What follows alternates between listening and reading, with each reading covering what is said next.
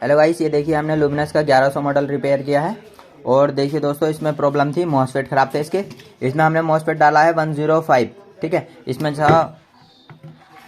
इसमें मॉसफेट डला हुआ था दोस्तों हमारा 4132, ठीक है। 4132 पॉपुलर मॉसफेट था, हमने इसमें 105 लगाया है। बाकी हमने इसमें कुछ चेंज नहीं किया है। देखिए 7390 भी ऐसी लगा हुई है और हमने ओम्स के रेजिस्टेंस को जंपर कर दिया है, ठीक है। ओम्स के रेजिस्टेंस को जंपर कर दिया है। और ये इसका सोलर कार्ड है, सोलर कार्ड में कोई दिक्कत नहीं थी।